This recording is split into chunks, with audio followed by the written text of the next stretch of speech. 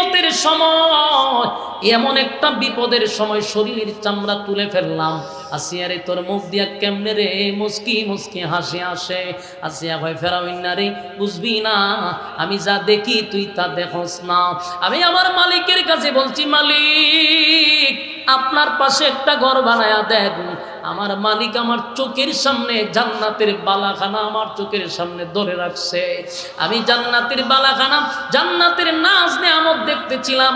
আমার আনন্দে মনে চাচ্ছে এখনই ঢুকে যায়। ফেরাউন বড় একটা পাথর আসিয়ার মাথায় ছেড়ে দিছে।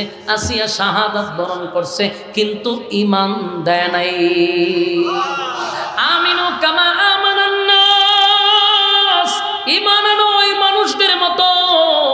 এই গাজীপুরের মায়েরা, ফ্যান্ডেলের ভিতরে যারা পড়ছেন, ইয়ং জেলেরা এবং মুরব্বীরা, বলুন আমাদের উপরে যদি গো এমন মুসিবত আসে, আমাদের ঈমান কি ঠিকবে মনে করেন?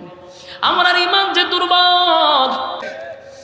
পরীক্ষা আসবে, ঈমানের পরীক্ষা, ঈমানের পরীক্ষা।